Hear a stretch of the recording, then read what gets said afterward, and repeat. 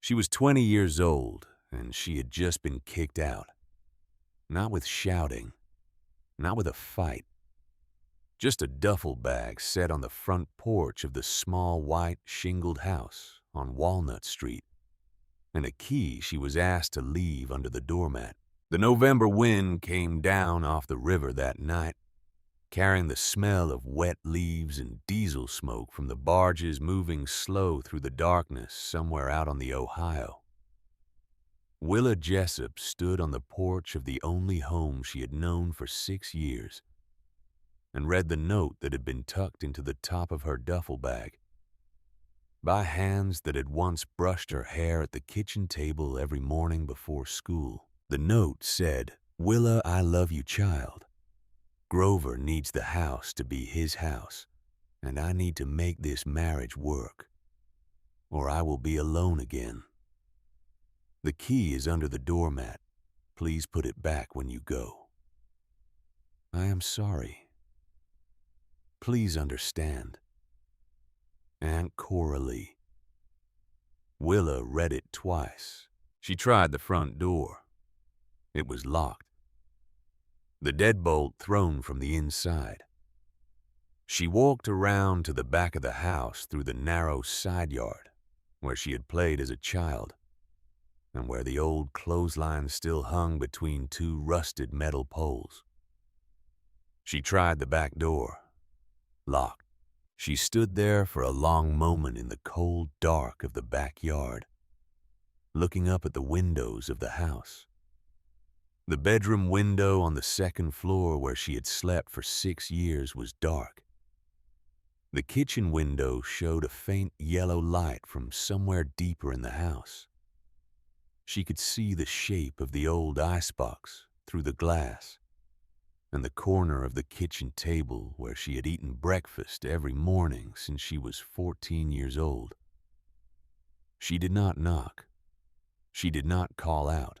She walked back around to the front porch and picked up her duffel bag. The canvas was cold and slightly damp from the November air.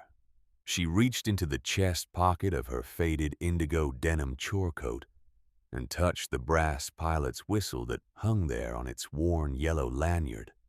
The metal was cold against her fingers.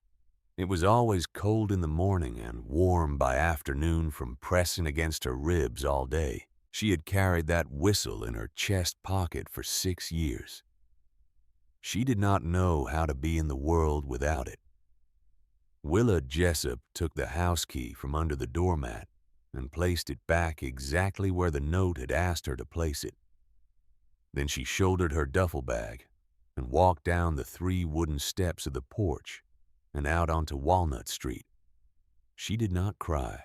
Her grandfather, Harlan Jessup, had told her father a long time ago that a river person learns to keep her water inside her own banks.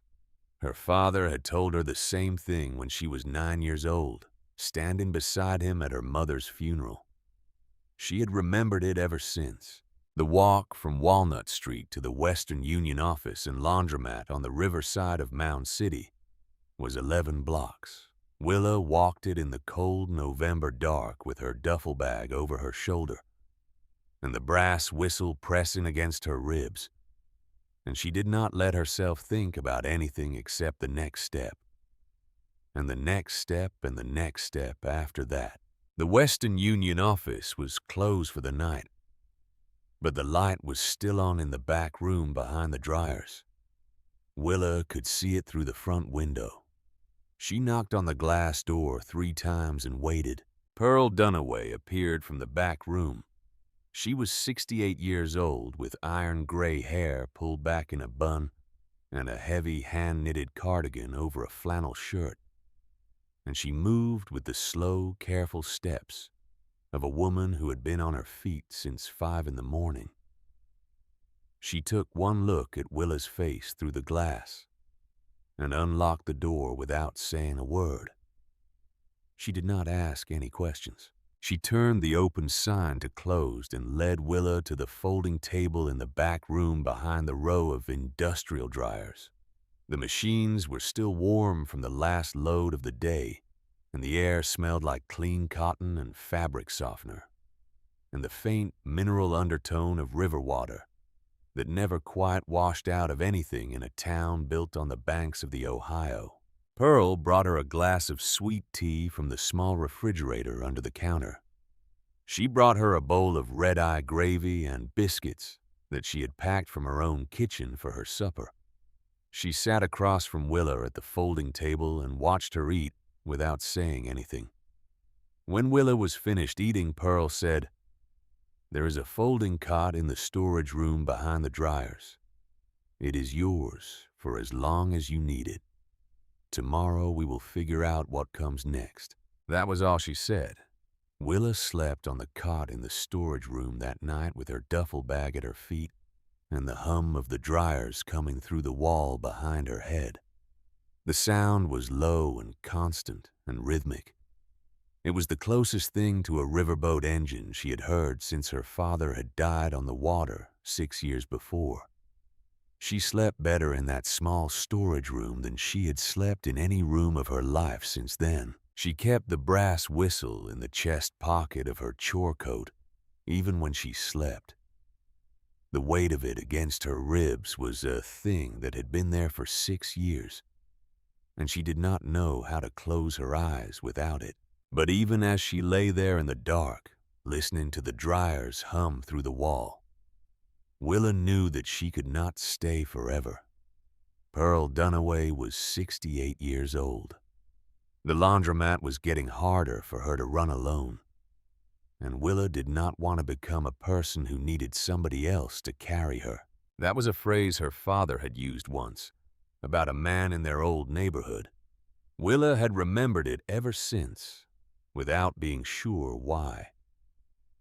But she understood it now. She understood it perfectly. She would find somewhere of her own to go.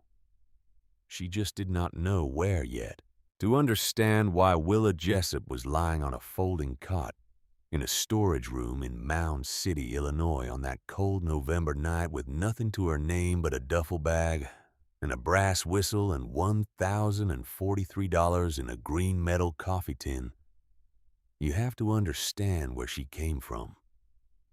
You have to understand the river.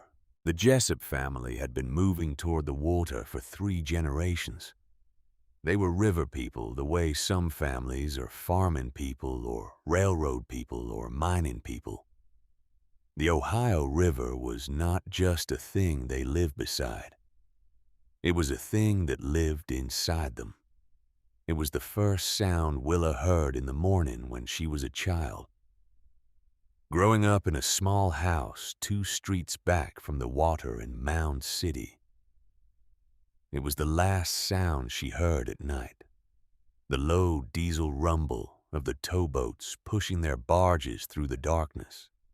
The deep 2-note horn that carried for miles across the flat river bottoms. Her grandfather, Harlan Jessup, had been a river pilot on the lower Ohio from 1948 until 1979. 31 years standing in the wheelhouse of towboats, guiding them through the locks and the long, quiet reaches and the dangerous bends where the current ran mean and the sandbars shifted with every rise and fall of the water. But Harlan had not started in the wheelhouse. He had spent 13 years as a deckhand and leadsman before he ever touched the controls of a towboat. 13 years learning the river from the deck. 13 years learning the weight of a barge and the pull of the current and the way the water changed color over a sandbar and the names of every bend and crossing from Cairo to Louisville. When Harlan Jessup finally earned his pilot's license in 1961, he walked the 7 blocks home from the federal building in Paducah and put the framed certificate on the kitchen wall above the bread box. It stayed there for the rest of his life. His wife said he looked at it every morning when he poured his first cup of coffee. Harlan kept a brass pilot's whistle on a faded yellow lanyard around his neck. For every one of those 31 years on the river, the whistle was from his first year working boats before he was ever given a wheelhouse. It was the kind of whistle that deckhands used to signal each other across the noise of the engines and the wind. Harlan never used it for signaling after he became a pilot. He just kept it there against his chest, because it reminded him of where he had started. When he retired in 1979, he gave the whistle to his son. His son was named Emmett. Emmett Jessup was Willa's father. Emmett had wanted to become a pilot himself. He had grown up watching his father come home from the river, with stories of the water and the boats and the men who worked them. He had learned to read the surface of the river for sandbars before he was 10 years old. He knew the names of every bend and crossing from Cairo to Louisville by heart, the way some children know the words to songs or the names of baseball players. But the river had changed by the time Emmett was old enough to work it. The big towboat companies were consolidating in the late 70s and early 80s. The old ways of moving up from deckhand to leadsman to pilot were getting harder. The jobs were fewer. The competition was fiercer. The path that Harlan had walked from 1948 to 1961 was not the same path anymore. Emmett took a deckhand job with Ingram Marine Service out of Paducah in 1989. He was 23 years old. He thought it would be the first step toward the wheelhouse the way it had been for his father.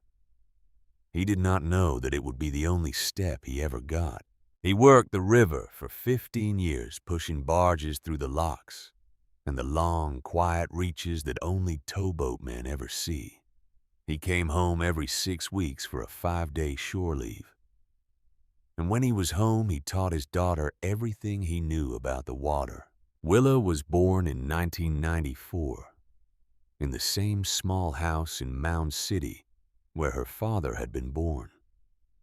Her mother, Opal, was a quiet woman with dark hair and a gentle voice who worked part-time at the county library and who loved her husband and her daughter with a fierce, protective love that she rarely spoke aloud, but that you could see in the way she watched them when they were together. Willa's earliest memories were of the river. She remembered sitting on her father's lap on the front porch of the house on Walnut Street, watching the towboats move past in the distance. She remembered the low sound of the engines and the way the navigation lights looked like moving stars against the dark water. She remembered her father pointing to each boat and telling her the name of it and the name of the pilot if he knew it, and where the boat was probably going and what it was probably carrying. She remembered drawing pictures of towboats at the kitchen table when she was 4 years old. Her father had saved them in a cigar box on top of the icebox. By the time she was 9, the box was full. She remembered walking along the riverbank with her father when she was 7. He showed her how to read the surface of the water for sandbars, the way the current rippled differently over shallow water, the way the color changed from brown to tan where the bottom came up close. He taught her the names of the bends and crossings, the way an old priest might teach a child the stations of the cross, with patience, with reverence, with the understanding that these names were sacred things that connected the present to the past. She remembered her father coming home from the river after 6 weeks away, the way her mother's face changed when she heard his truck pull into the driveway, the way the whole house seemed to breathe again when he walked through the door. And she remembered the morning her mother did not wake up. It was January. Willa was 8 years old. Her mother had been sick for 2 weeks with a cough that would not go away. The doctor had said it was pneumonia. He had given her medicine and told her to rest. She had rested. She had taken the medicine. But the sickness had settled into her lungs like winter settling into the ground, and it had not let go. Willa's father was on the river when it happened.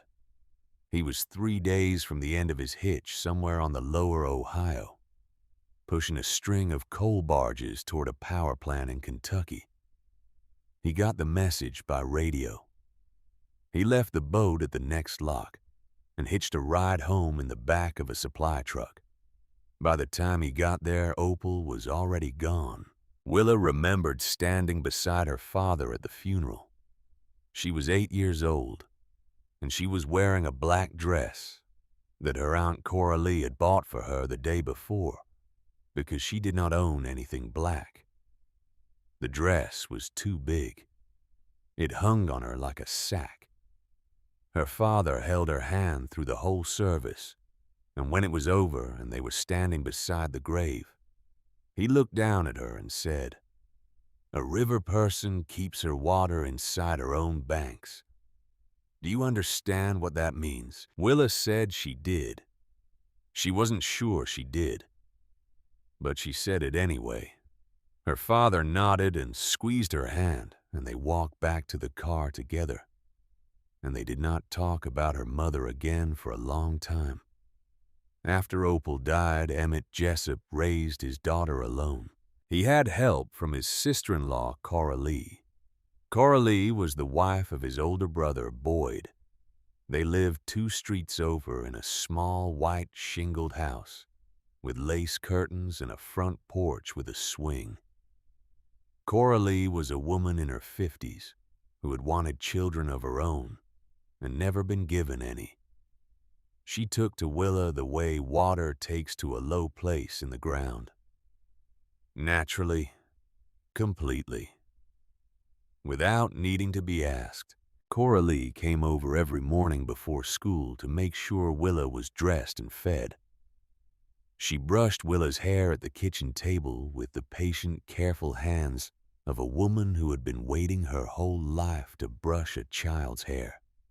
She made red-eye gravy on Sunday mornings when Emmett was home from the river, and the 3 of them would sit at the kitchen table together and eat and talk, and for a little while, it almost felt like being a family again. But Emmett was gone more than he was home. 6 weeks on the river, 5 days at home, 6 weeks on the river again. That was the rhythm of their lives for 6 years after Opal died. Willa learned to be alone. She learned to do her homework at the kitchen table by herself and to make her own breakfast in the morning, and to walk herself to school and to come home to an empty house in the afternoon, and to not be afraid of the silence. She learned to watch the river. She would sit on the front porch in the evenings when her father was gone and watch the towboats move past in the distance, and she would imagine him standing in the wheelhouse of one of them. She would imagine him looking back toward Mound City and thinking about her the way she was thinking about him. She learned to carry the brass whistle. Her father had started wearing it around his neck, the same way his father had. When he came home for shore leave, the whistle hung against his chest on its faded yellow lanyard, and Willa could hear it clink softly against his shirt buttons when he bent down to hug her. She loved that sound. She loved everything about those 5 days when he was home. The sound of his voice in the house, the smell of river water and diesel fuel that clung to his clothes even after they had been washed. The way he would sit on the front porch with her in the evenings and point to the boats moving past and tell her stories about the men who worked them and the places they were going. She loved him more than she had words to say. And then one February morning when she was 14 years old, she woke up and he was dead. It happened on the river. A tow line snapped in heavy current near the New Madrid Bend. A barge shifted. Emmett Jessup was on the deck doing the work he had done for 15 years. He was in the wrong place at the wrong moment, and the river took him the way the river had taken men for as long as men had worked it. The Coast Guard report used the words "no fault," Ingram Marine Service, and a black wreath to the funeral, and a check for an amount that did not begin to cover what had been lost. The brass pilot's whistle on the yellow lanyard came to Willa in a small velvet box at the funeral. It had been passed down from Harlan to Emmett. Now it was hers. The last link in a chain that stretched back 3 generations. The last piece of her father that she could hold in her hand. She put it in the chest pocket of her coat that day, and she had carried it there ever since, cold against her ribs in the morning, warm against her ribs by afternoon.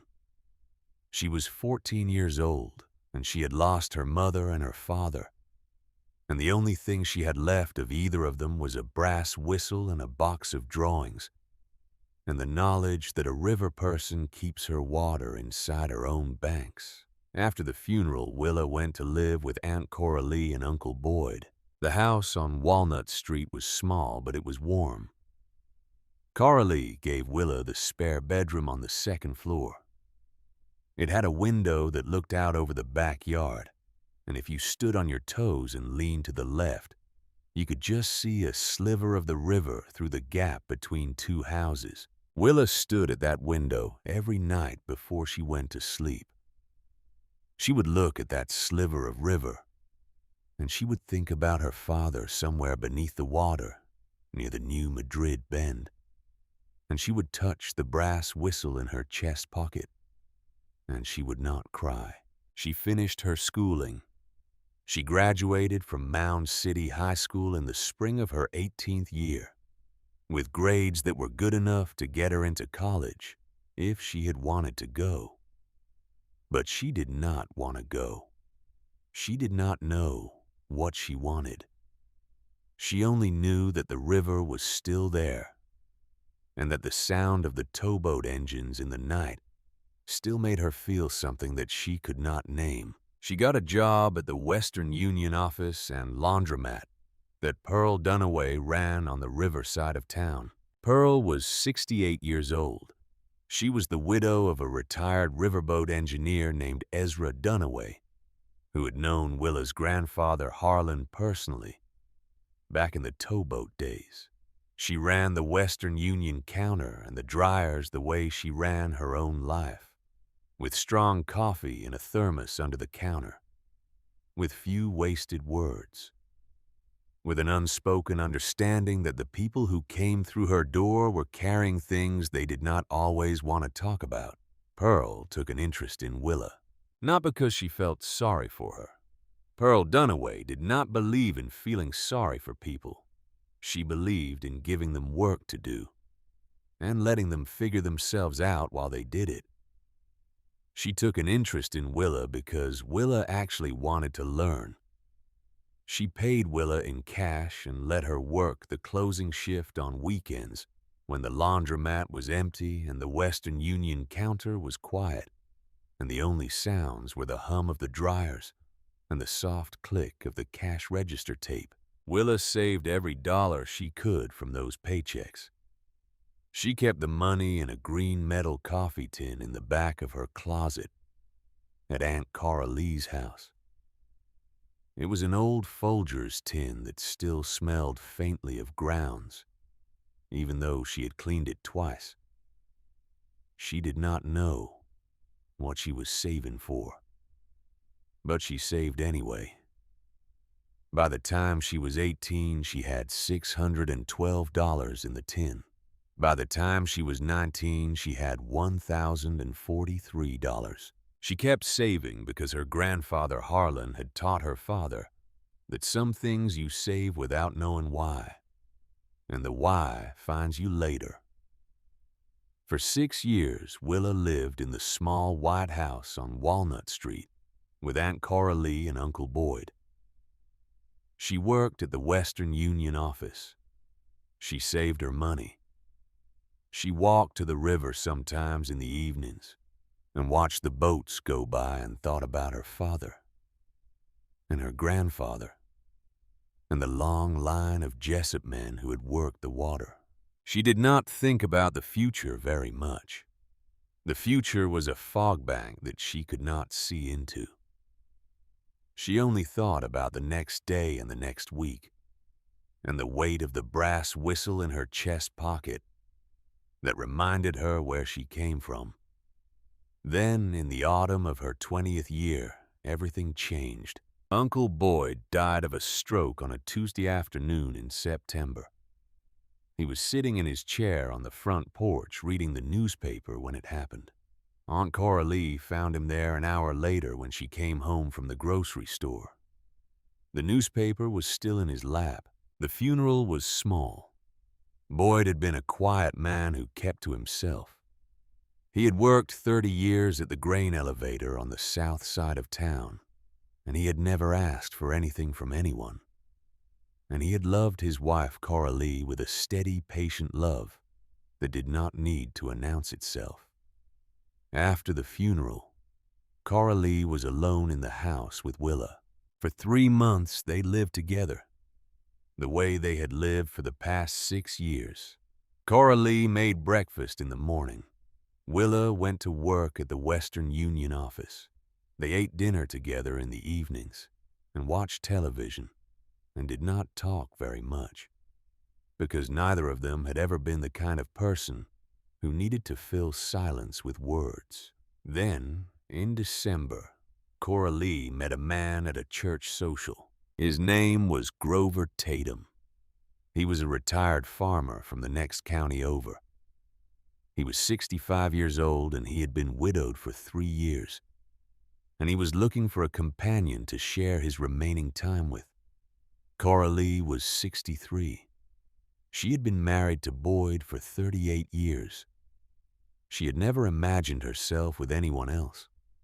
But Boyd was gone and the house was quiet, and Grover Tatum was a decent man who made her laugh for the first time since the funeral.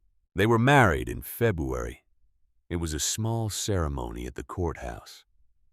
Willa stood beside her aunt and watched her sign the marriage certificate, and she felt something shift in the air around her. Something that she could not name, but that she knew meant change was coming. Grover moved into the house on Walnut Street. He was not a bad man. Willa wanted to make that clear to herself. He was not cruel. He was not mean. He was just the kind of quiet, inflexible man who needed his own household to be his own household. He had lived alone for 3 years after his wife died, and he had gotten used to things being a certain way. His coffee made a certain way. His newspaper folded a certain way. His evenings quiet and undisturbed. Willa tried to stay out of his way. She worked longer hours at the Western Union office. She spent more time at Pearl's after the laundromat closed, helping her count the register and fold the last loads of laundry. She came home late and went to her room early, and tried to make herself small in a house that no longer felt like it had room for her. But Grover had 2 grown daughters from his first marriage. They came around on Sundays.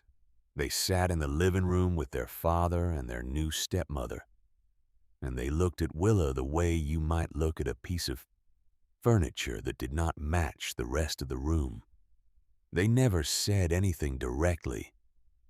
They did not have to. Willa could feel it in the air. She was an extra mouth at their stepmother's table. She was a complication in a situation that they wanted to be simple.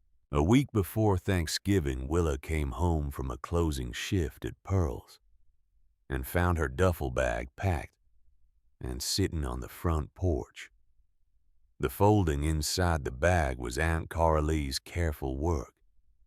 She had folded everything Willa owned the way she folded her own laundry, with the soft creases of a woman who had been doing housework for 40 years, with the love that she could not say with words pressed into every neat fold and every careful corner. The note was tucked into the top of the bag. Willa read it standing on the porch in the November cold. She read it twice. She tried the doors, both locked. She did not knock. She did not shout. She did not cry.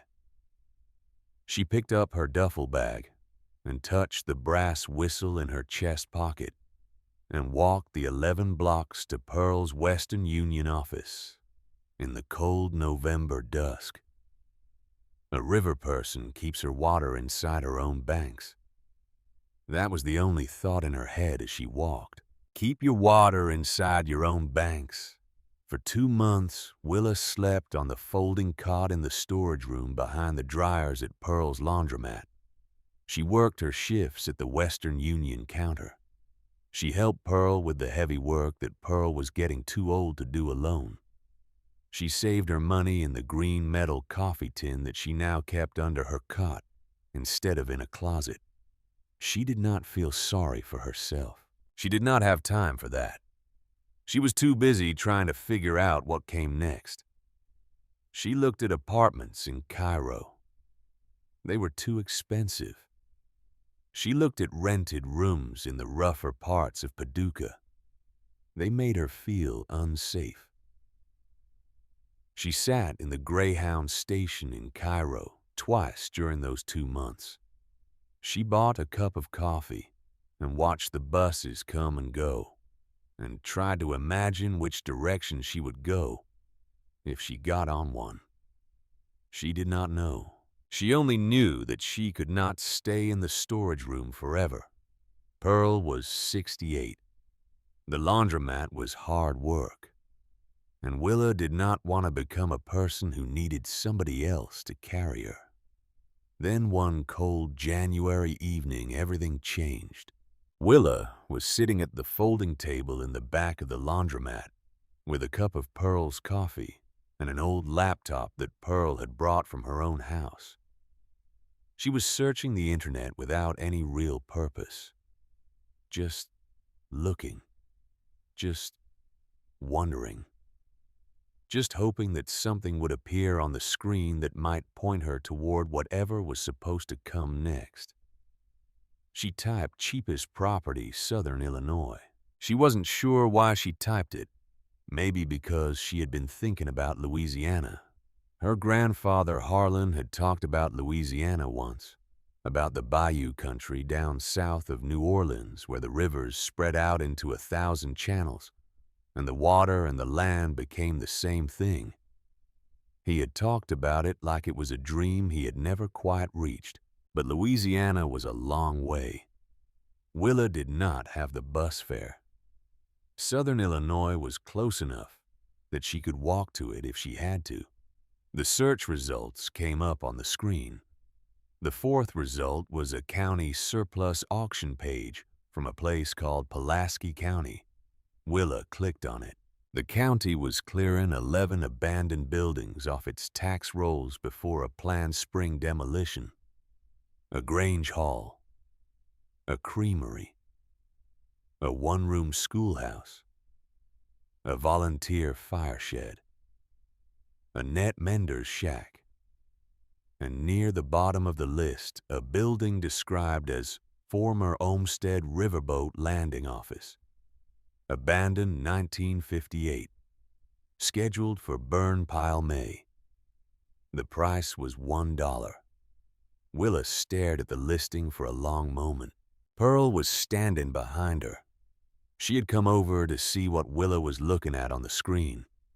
She read the listing over Willa's shoulder, and her face changed in a way that Willa had never seen before.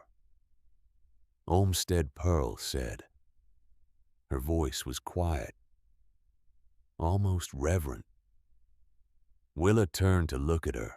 Your grandfather Harlan used to land there in the 50s, Pearl said.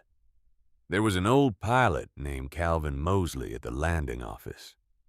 He took the line for Harlan more than once when the current was running mean. Calvin was the kind of man who put his coffee pot on the stove at 4 in the morning, so it would be ready when the first towboat came in. Nobody asked him to do it. He just did it for 30 years. Willa touched the brass whistle through the front of her chore coat. "Pearl," she said, "I think I'm going to go look at it." Pearl nodded slowly. Her eyes were still on the screen. On the words, "Former Olmsted Riverboat Landing Office. Abandoned 1958. "I think you are too, child," Pearl said. "Take the bus. I will pack you a lunch." The Greyhound from Cairo to Pulaski County took most of a morning. The bus rolled south through the long, flat farmland of the lower Illinois bottoms. The fields were brown for winter. The cottonwood trees were bare against the gray January sky. Willa watched it all through the bus window. She watched the way the land flattened out as they got closer to the river, the way the sky seemed to get bigger, the way the horizon stretched away in every direction like the edge of an ocean. She knew this land. She had never been here before, but she knew it. It was the same land she had grown up on, the same river country, the same brown fields and gray skies and bare trees that she had looked at her whole life from the other side of the water. The final leg of the journey was a county shuttle that ran twice a week. It dropped Willa at a crossroads 3 miles from the township office in a part of southern Illinois, where the road wound down through stands of cottonwood and sycamore toward the Mississippi River bluffs. The air smelled like wet earth and river silt and the sweet, faint smell of cottonwood bark. Willa walked the 3 miles. The duffel bag grew heavy on her shoulder. The brass whistle in her chest pocket pressed cold against her ribs. Her boots made soft sounds on the gravel road.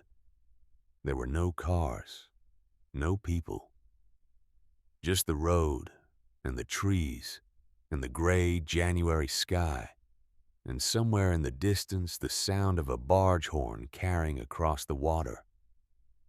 The Pulaski County Township office was a small frame building beside a closed feed store on a single street with 5 other buildings on it. Inside, a woman in her 50s sat behind a counter with a mug of coffee and a stack of property records. She had silver-streaked hair pulled back in a clip and a heavy hand-knitted cardigan over a flannel shirt. A small brass nameplate on the counter said, "Doreen Fitch, Township Clerk." The woman looked up when Willa walked in. She looked at the duffel bag. She looked at Willa's face. She looked at the worn indigo chore coat and the boots that had walked 3 miles on a gravel road. "You are here about the landing office," Doreen said. It was not a question. "Yes, ma'am. You know it has been closed since '58. The dock fell into the river years ago. No power, no water that anybody has tested. The county is planning to burn it the first week of May." "Yes, ma'am." Doreen Fitch looked at her for a long moment. Her eyes were the color of river water in winter, gray and deep and patient. "Honey," she said, "are you sure that is not a building you can just move into? No electric, no road that has been graded in 20 years. You would be alone out there in a way most folks do not really know what alone is." Willa looked back at her. "Ma'am," she said, "I know what I'm looking at. I know it is going to be hard. But I have been told I need to make my own decisions, and this is the one I am making." The words came out steady, clear. She did not know where they came from, but they felt true when she said them. Doreen Fitch looked at her for another long moment. Something passed across her face. Recognition, maybe. Or respect.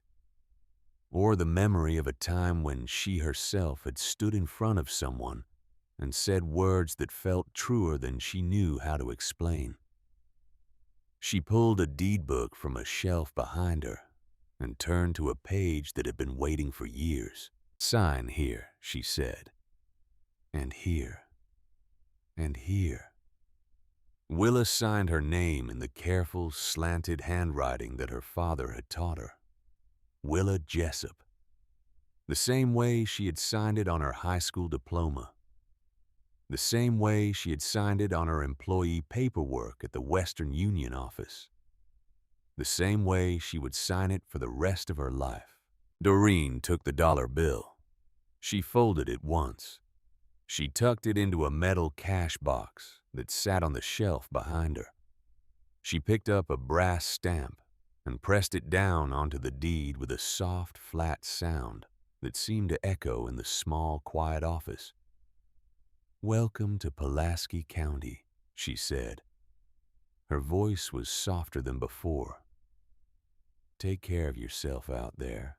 Willa Jessup walked out of the township office with a deed in her pocket and a duffel bag over her shoulder, and a brass whistle pressing against her ribs. She was 20 years old.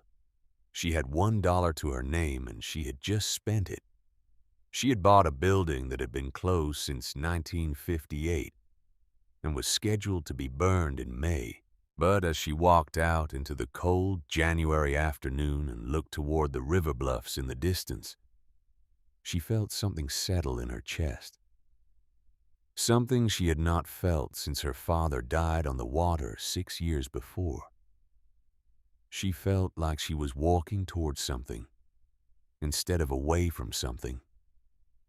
She did not know what was waiting for her in that old landing office on the bluffs above the Mississippi. She did not know about the small wooden cabinet behind the pilot's desk. She did not know about the sealed compartment that had not been touched in over 65 years. She did not know that inside that compartment was something that would change her life forever. All she knew was that the river was calling her the way it had called her grandfather and her father before her, and she was finally ready to answer. The landing office stood at the top of a low bluff above the Brown River, in a small clearing where a sand and gravel road sloped down toward the water. Doreen's husband Cleon drove Willa out in a green pickup truck that rattled over every rut and stone in the road. He was a quiet man in his 60s, with hands that looked like they had spent a lifetime gripping tools and steering wheels. He did not ask Willa any questions during the drive. He just pointed out landmarks when they passed them. The old grain silo that had been struck by lightning in 1987. The stand of sycamores where the county used to hold 4th of July picnics before the war. The place where the road curved and you could see the river for the first time through a gap in the trees. When they came around the final bend and the landing office appeared in the clearing ahead, Cleon slowed the truck to a stop and let Willa look. The building was a single story of dark red weathered cedar planks. 65 years of river weather had faded the wood to the color of dried tobacco. A wide overhanging eave ran the length of the river-facing side, casting a deep shadow over the front porch. The peaked shingle roof had shingles missing in patches near the back where the rain had gotten in over the decades. 2 tall windows on the riverside had old wooden shutters hanging crooked on rusted hinges. Above the door, a faded sign had once said, "Olmsted Landing, Ohio River Lines," but now showed only the ghost of the lettering. The paint had peeled away year by year, until only the shadow of the words remained pressed into the wood like a memory that refused to disappear completely. Below the bluff, the old wooden dock had collapsed into the river years ago. Only a few green-weeded pilings still rose out of the brown water at low tide. They stood there like the bones of something that had died a long time ago and been picked clean by the current. Cleon pulled the truck up to the edge of the clearing and stopped.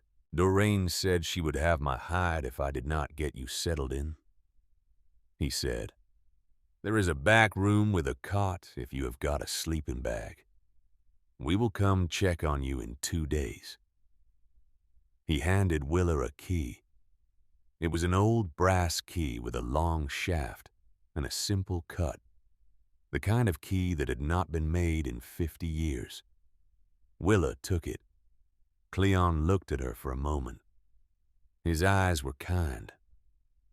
Worried, maybe. But kind. "You sure about this?" he said. It was not really a question. He already knew the answer. "Yes, sir," Willa said. Cleon nodded slowly.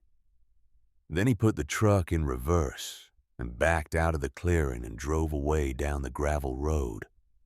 The sound of the engine faded into the distance until there was nothing left but silence. Willa stood alone in the clearing with her duffel bag at her feet and the key in her hand. The silence was enormous. It was not the silence of a house at night when everyone is asleep. It was not the silence of an empty room. It was the silence of a place that had been waiting. A silence that had depth to it, that had weight, that seemed to press against her ears and her skin and the inside of her chest. She could hear the river below the bluff, the soft, constant whisper of water moving against the bank, the occasional slap of a wave against the old pilings. Somewhere in the distance, a crow called out, and another crow answered. And then the silence came back even deeper than before. The light was the color of late winter copper. A cold breeze came up the bluff from the river, carrying the smell of mud and dead leaves and the mineral undertone of water that had traveled 1,000 miles to reach this place.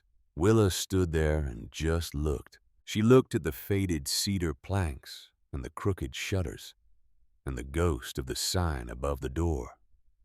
She looked at the collapsed dock below, and the brown river beyond, and the far bank where the trees were bare against the gray sky. She looked at the clearing around her, with its winter grass, pressed flat by months of frost, and its gravel road disappearing into the trees. She had not known this place existed 2 weeks ago. She had not known that her grandfather Harlan had landed here 17 times in 1956 and 1957. She had not known that a man named Calvin Mosley had made coffee on a pot-bellied stove at 4 in the morning for 30 years for men he was not required to serve. But standing here now in the cold January afternoon, she felt something that she could not explain. It was like the feeling of a key turning in a lock that you did not know was there until the moment the key found it. Somewhere in the distance, a barge horn sounded. Long, low. 2 notes that carried impossibly far in the cold January air. Willa picked up her duffel bag and walked toward the landing office. The porch boards creaked under her boots. The wood was gray with age, but solid. It held her weight without complaint. She stopped at the door and looked at the old brass lock. It was covered with a patina of green corrosion, but when she put the key in, it turned smoothly. The mechanism inside was still sound after all these years, built to last by men who understood that some things needed to outlive the people who made them. She pushed the door open and stepped inside. The interior was a single long room. The floor was wide pine planks, scuffed silver gray by decades of boots and time. The walls were dark wainscoting painted a faded river green that had once been bright, but had mellowed over the years into something softer, something that looked like it had grown there instead of being applied by human hands. A black pot-bellied cast-iron stove stood in the corner near the door. It was cold. It had been cold for 65 years, but it was still there, still waiting. The stovepipe rose up through the ceiling, and Willa could see where it had been sealed with tin flashing that had turned the color of old pewter. At the far end of the room, set against the river-facing wall under the two tall windows, was the pilot's desk. Willa walked toward it slowly. Her boots made a soft, hollow sound on the wide pine floor. Each step seemed to echo in the empty room. The sound bounced off the walls and the ceiling and came back to her, changed, deeper, more resonant, like the room was listening to her footsteps and answering them with footsteps of its own. The pilot's desk was a heavy oak roll top with a high stool behind it. The wood was dark with age and oil. The brass hardware had turned green, but it was still solid, still functional. Willa reached out and touched the roll top with her fingertips. The wood was cold and smooth. It felt like touching something that had been sleeping for a long time. She rolled the top back. It moved smoothly on its tracks. No sticking, no resistance. Just the quiet rumble of wooden slats sliding over wooden guides the way they had been designed to do by craftsmen who took pride in their work. Inside the desk were the remnants of a life, old fare cards in a wooden tray, a chipped ceramic inkwell with dried ink crusted black at the bottom, a brass blotter with a wooden handle worn smooth by years of use, a wooden pencil cup with 3 pencils still standing in it, as if Calvin Mosley had set them there after his last shift, and walked out the door and never come back. Willa stood there looking at these things, these small, ordinary things that had belonged to a man she had never met, a man who had known her grandfather, a man who had taken the line for the Mabel Tucker more than once when the current was running mean. She turned to look at the wall behind the desk. There was a small wooden cabinet mounted on the wall. It had 2 doors with a brass hasp holding them shut. The hasp was secured by a tiny padlock the size of a walnut. The lock was corroded green with age. Willa reached out and touched the lock. It came apart in her fingers at the first pull. The rust fell away in soft red flakes that drifted down to the floor like dried leaves. The mechanism inside had seized up years ago, decades ago. It had been waiting for someone to come and open it, and now it gave way as easily as a held breath finally released. Willa opened the cabinet doors. Inside the cabinet were 3 things. They sat on a single oak shelf that had been built into the back of the cabinet. The shelf was narrow, just wide enough to hold what it held. It had been put there on purpose, designed for these 3 things and these 3 things alone. The first thing was a heavy leather-bound book, a river pilot's logbook with a cover stamped in faded gold lettering that said, Olmsted Landing Daily Log, 1956. The second thing was a small tin box about the size of a paperback novel. It was the kind of tin that had been used for tobacco or candy in the old days. The lid was pressed on tight, and the sides were spotted with rust, but it was still sealed. The third thing was tucked behind the logbook against the back of the cabinet. A wax-sealed envelope. The wax was dark red, almost brown. It had been pressed with some kind of seal, but the impression had blurred over the years until you could not tell what it had been. Willa lifted them out one at a time. The logbook was heavy in her hands. The leather was dry and cracked, but still holding together. The pages inside made a soft rustling sound when she moved it. The tin box was lighter than she expected. Something shifted inside when she tilted it. Something that sounded like paper. The envelope was stiff and brittle. The wax seal had dried out over the decades.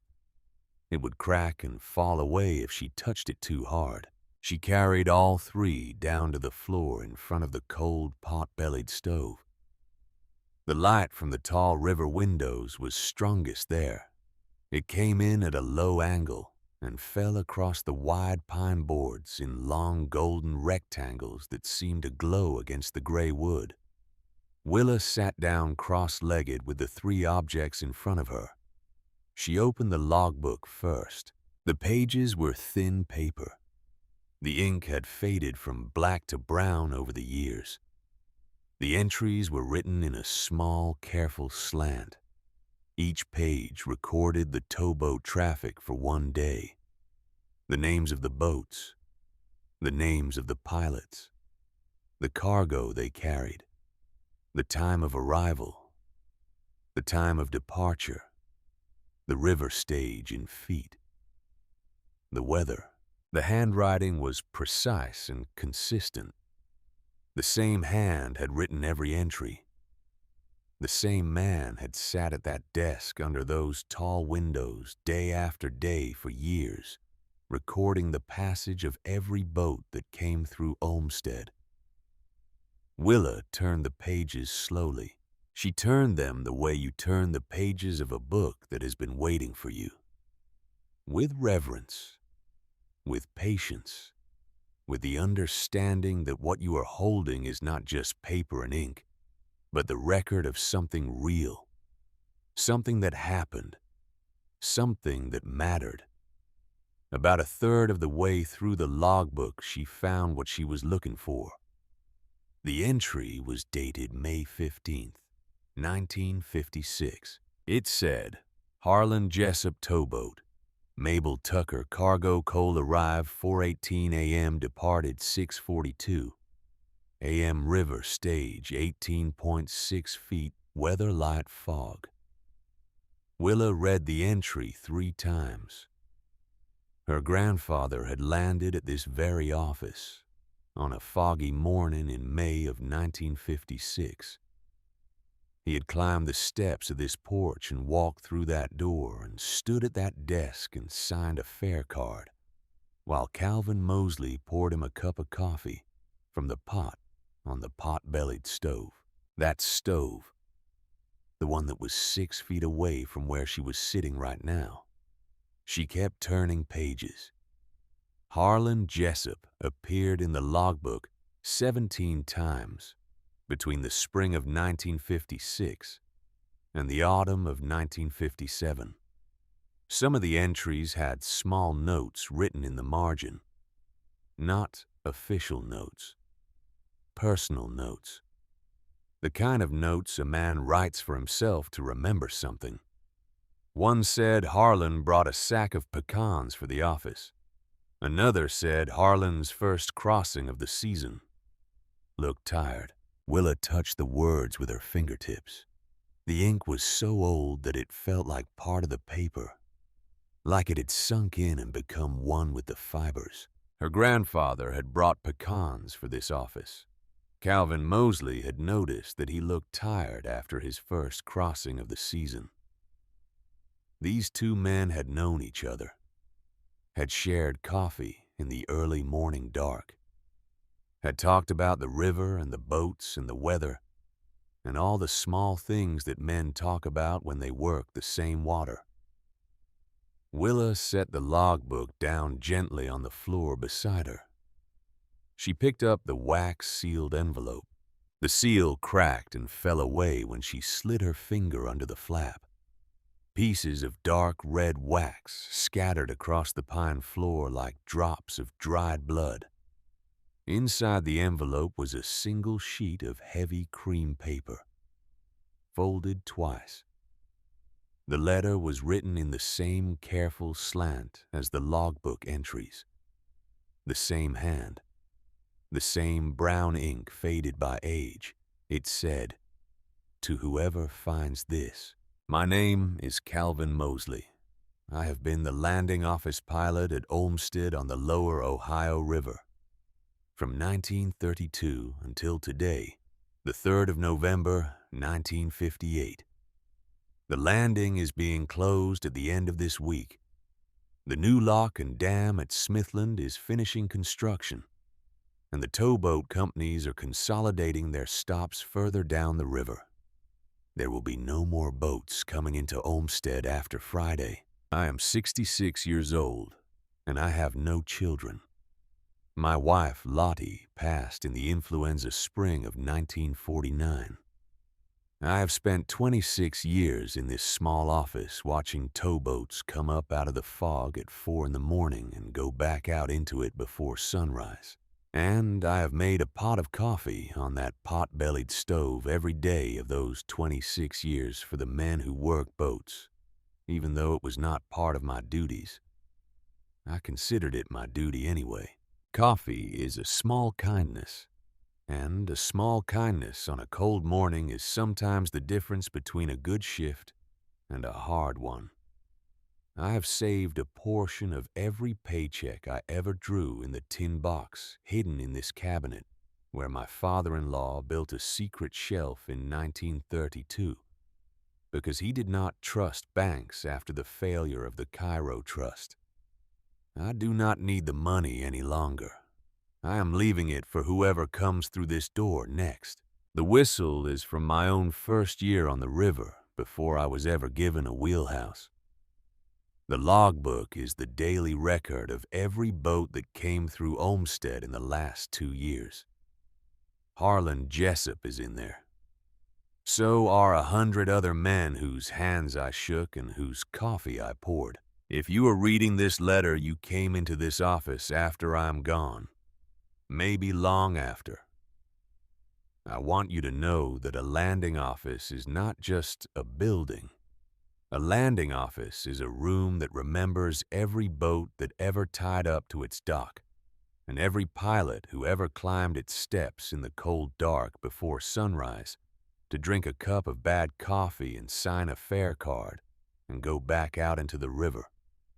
The river forgets nothing. The room does not either. Calvin Mosley, landing pilot. Olmsted Landing, November 3rd, 1958. Willa read the letter twice.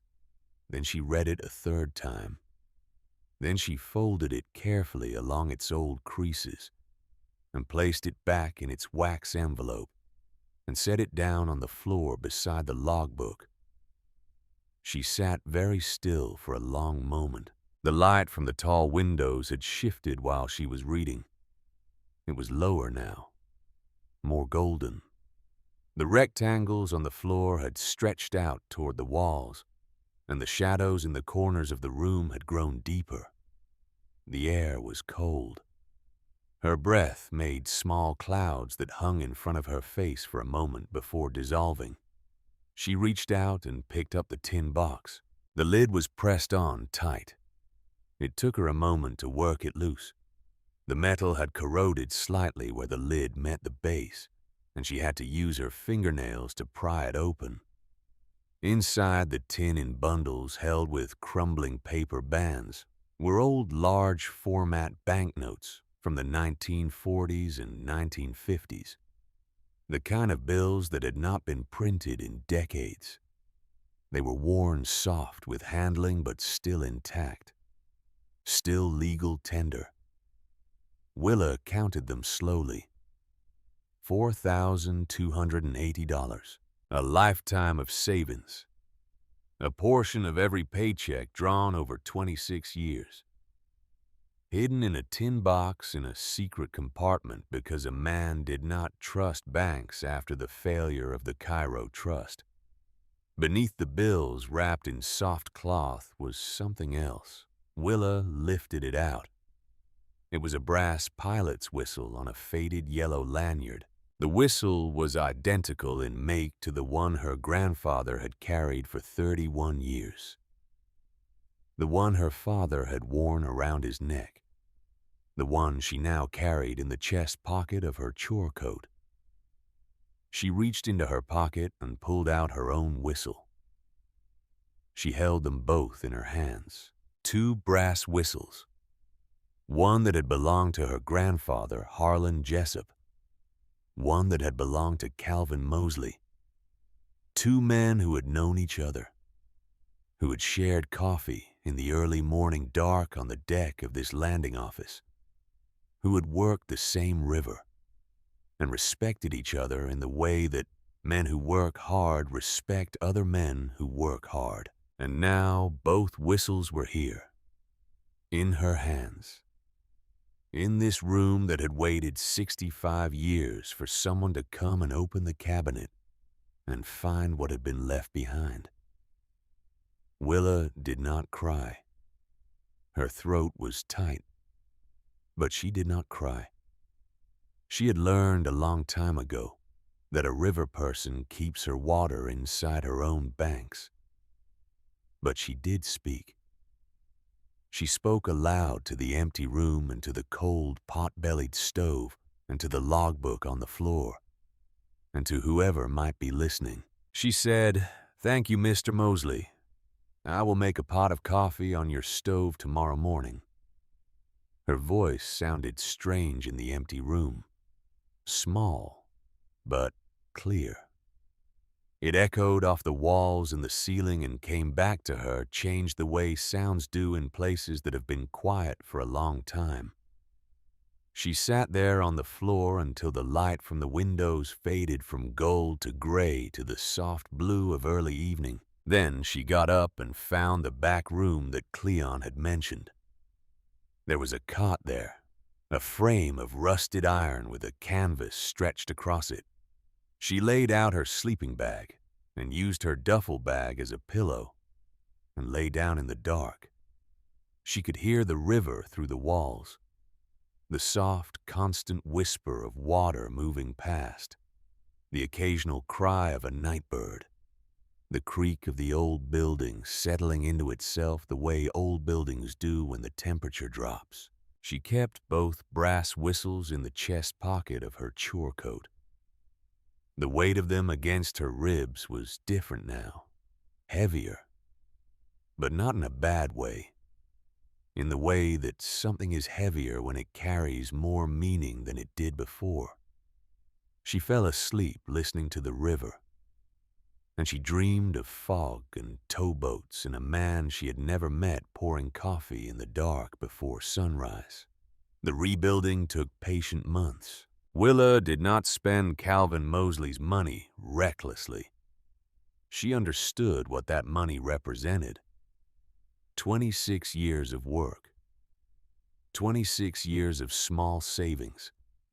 A portion of every paycheck set aside by a man who had learned during the bank failures of the Depression that the only money you could trust was the money you could hold in your hands. She kept most of it in a credit union account in Cairo. She spent it in small, careful amounts, only on things that were necessary, only on things that Calvin Mosley would have understood. The roof over the back porch had to be reframed before the spring rains came. The cedar beams had rotted where the shingles had failed and water had been getting in for years. Willa bought lumber from a mill in Paducah and carried it up the gravel road in loads on her back when she could not afford delivery. The two tall river windows had to be reglazed. The old glass was cracked in places and the putty had dried and fallen away. Willa learned to cut glass and set it in frames. She made mistakes. She broke panes. She cut her fingers. But she learned. The pot-bellied stove needed its flue cleaned. 65 years of soot and debris had built up in the stovepipe.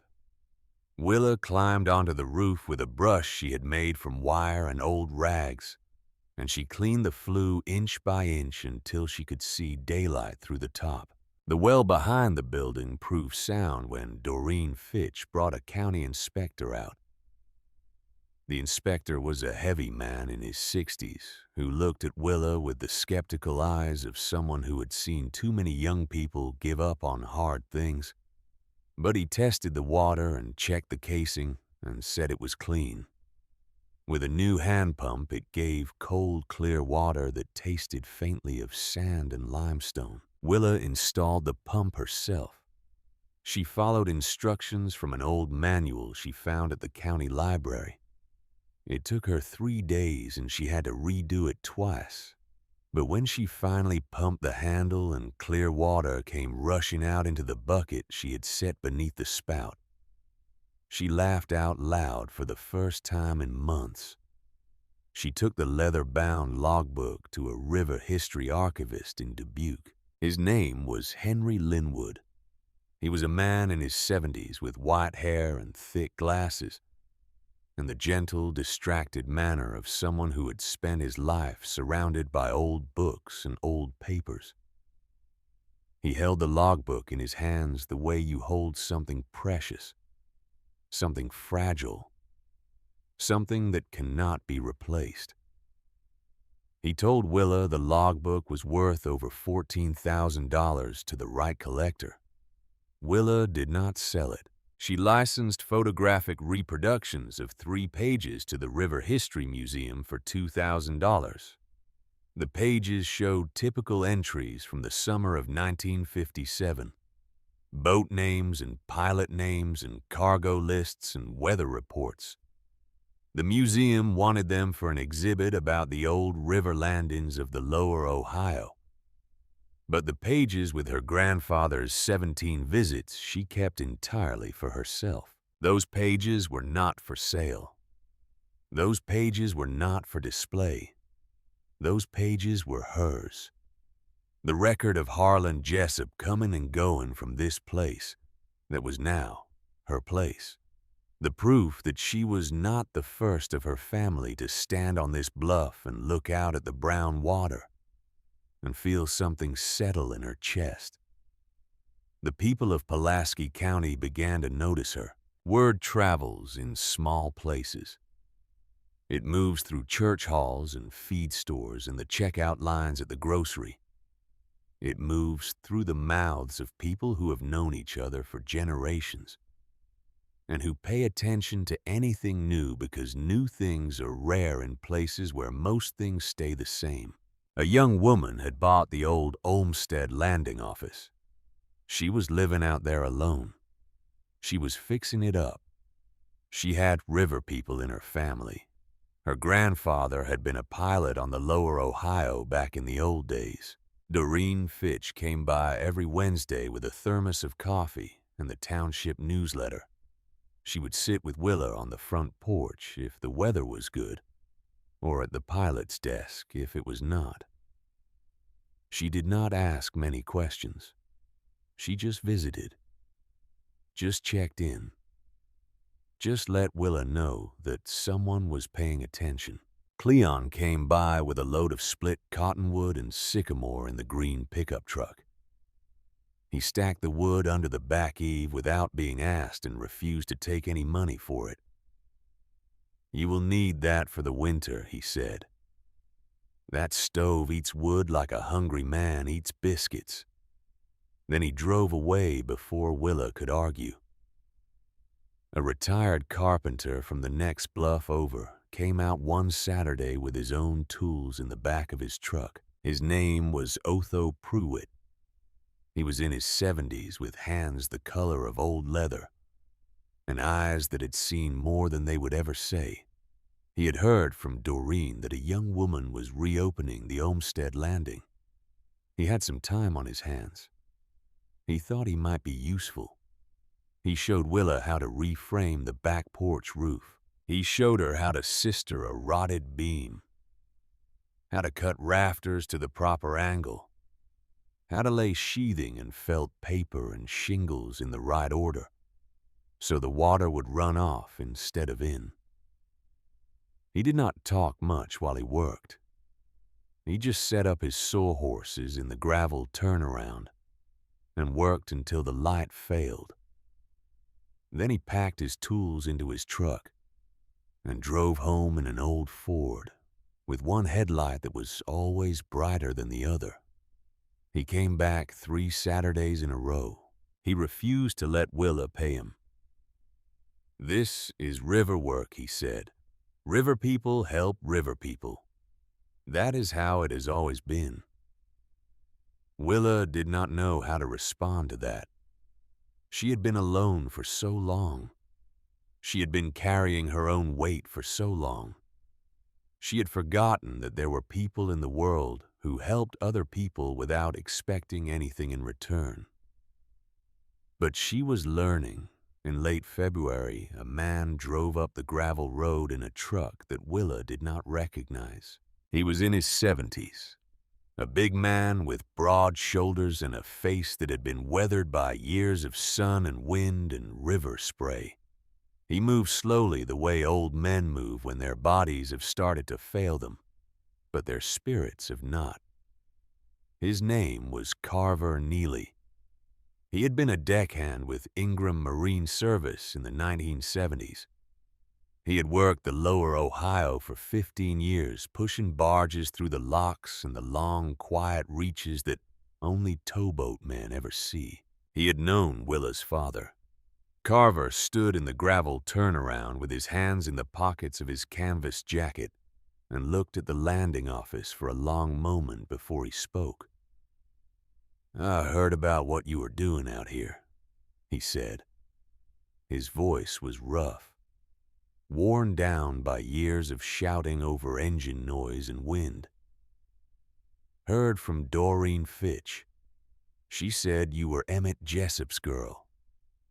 "Yes, sir," Willa said. Carver nodded slowly. He looked at the building, at the new shingles on the back porch roof, at the reglazed windows catching the winter light. "I brought you something," he said. He walked to the back of his truck and lowered the tailgate. Inside was a wooden crate filled with old things, river things. Fare cards from the 1960s and 1970s. A brass towboat lantern with a cracked glass lens. A section of original dock timber from a landing that had been torn down decades ago. A coil of manila rope that had been used to tie off barges. A framed photograph of a towboat crew standing on the deck of a boat called the Miss Sarah in 1973. "These belong here more than they belong with me," Carver said. He did not look at Willa when he said it. He looked at the river below the bluff, at the brown water moving past, the way it had been moving for thousands of years, before any of them were born. He helped Willa carry the crate inside. He set it down by the pot-bellied stove and stood there, looking around the room, looking at the pilot's desk and the tall windows and the faded green wainscoting. Then he told her about her father. "I remember Emmett Jessup," he said. "Your father was a good man. On the boats, when the coffee was running low at the end of a long shift, he would give his share to the younger men, the green ones who were still learning. He said coffee helped a young man stay sharp, better than it helped an old man stay awake." Willa stood very still. She had not heard anyone talk about her father, as if he were a real person in 6 years. She had not heard anyone share a memory of him. She had not heard his name spoken by someone who had known him. "Your father understood something that a lot of men never figure out," Carver said. "He understood that kindness is not weakness, that helping someone else does not take anything away from you. It adds to you. It makes you more than you were before." He looked at Willa for the first time since he had started talking. His eyes were wet. "I was sorry when I heard what happened to him," he said. "The river takes good men sometimes. It does not care that they are good. It just takes them. All we can do is remember them."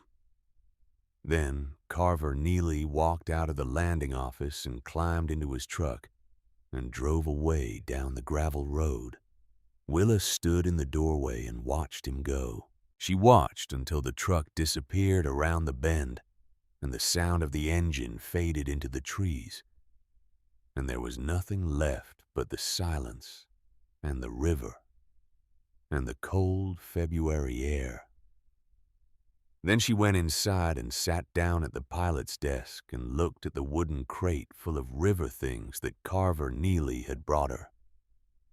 And for the first time in 6 years, she let herself remember her father, not as a name in a Coast Guard report, not as a loss that she carried in her chest, but as a man, a real man, who had lived and worked and laughed and given his coffee to younger men on cold mornings, because he understood that kindness was not weakness.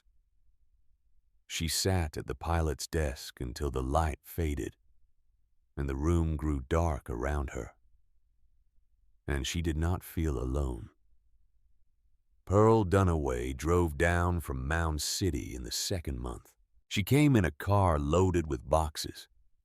Willa's things from the storage room at the laundromat, clothes and books and the green metal coffee tin with the savings that Willa had forgotten to take with her, and a wooden box of old fare cards that had belonged to Pearl's late husband, Ezra. These were Ezra's, Pearl said, from his years in the engine rooms. He would want you to have them. Pearl stayed for 3 days. She slept on a folding cot in the back room. She helped Willa rehang the wooden shutters that had been hanging crooked on their rusted hinges. She showed Willa how to bank a coal fire in the pot-bellied stove so it would last through the night without going out, the way Ezra had banked fires in the engine rooms of the Lower Ohio towboats when he was working the overnight shifts. "You build the fire hot first," Pearl said. "Then you cover it with ash. The ash holds the heat in, slows everything down. The coals stay alive under there all night. In the morning, you rake back the ash and add fresh fuel and the fire comes right back." Willa watched and learned. She had so much to learn. She had grown up in river country, but she had never lived on her own. She had never heated a building with a wood stove. She had never pumped her own water or fixed her own roof, or lived miles from the nearest neighbor. But she was learning. On the morning Pearl left, she stood beside her car in the gravel turnaround, with the early spring sunlight falling across her iron-gray hair. Harlan would be proud, she said. Emmett would be proud. You are a Jessup in the only way that matters. Willa did not know what to say. She opened her mouth to speak, but nothing came out. Pearl reached out and took her hand. "The river is in your blood," Pearl said. "It has been in your family for 3 generations. You cannot run from that. You cannot hide from it. All you can do is find a way to live with it. And that is what you are doing here. That is what this place is for. It is where you learn to live with the river inside you." Then Pearl Dunaway got into her car and drove away down the gravel road, and Willa stood alone in the clearing and watched until the car was gone. She sat down on the front step of the landing office. The morning was quiet. The river whispered below the bluff. A crow called out somewhere in the trees. The sun was warm on her face for the first time in months. And Willa Jessup cried. She cried for the first time since her father died on the river, 6 years before. The tears came up out of her like the river itself, slow and brown and patient. They rolled down her cheeks and dripped off her chin and fell onto the worn wooden boards of the porch. She cried for her mother who had died of pneumonia when she was 8 years old. She cried for her father who had died on a tow line near the New Madrid Bend when she was 14. She cried for her grandfather Harlan, who had worked the river for 31 years and who had landed at this very spot 17 times and who had brought pecans for the office. She cried for Calvin Mosley, who had made coffee at 4 in the morning for 26 years for men he was not required to serve. She cried for Aunt Coralie, who had brushed her hair at the kitchen table and who had folded her clothes into a duffel bag with the careful creases of 40 years of housework. She cried for everything she had lost and everything she had found and everything she did not yet understand. When the crying was finished, she felt washed. She felt clean. She felt like something that had been held inside her for a very long time had finally been released. Like water that had been pressing against a dam had finally found a way through. She wiped her face with the sleeve of her chore coat and stood up and went inside and made a pot of coffee on the pot-bellied stove. It was not 4 in the morning. It was almost noon. But she made the coffee anyway. Because Calvin Mosley had asked her to. Because some promises are not about time. They are about faith. By April, the back porch roof was tight. By May, the river windows held new glass. By June, the pot-bellied stove was working, and the front room had a swept pine floor and a fresh coat of pale gray-green paint on the wainscoting that matched what Willa could remember of the original color from the layers underneath. She had made a small bedroom for herself in the back room, the iron cot with a wool blanket and a kerosene lantern on a wooden crate beside it. Her father's old wooden toolbox that she had retrieved from Aunt Coralie's house sat in the corner. On top of it, she had set the frame photograph of Emmett Jessup in his Ingram Marine jacket. The photograph had been taken in 1995, the year after Willa was born. Her father was young in the picture, smiling, standing on the deck of a towboat with the river behind him. The landing office was becoming a home, not just a building, not just a place to sleep. A home.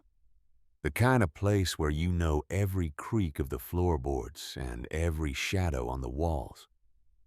The kind of place that knows you back. Willa started making coffee on the pot-bellied stove every morning at 4 o'clock. Not because anyone was coming. No one was coming. The boats had stopped landing at Olmsted in 1958. The dock had collapsed. The river had moved on. She made the coffee because Calvin Mosley had asked her to. In a letter he wrote 65 years ago, in a building that was now hers. A thing a man asks of you in a letter he wrote 65 years ago, in a building that is now yours, is a thing you do not refuse.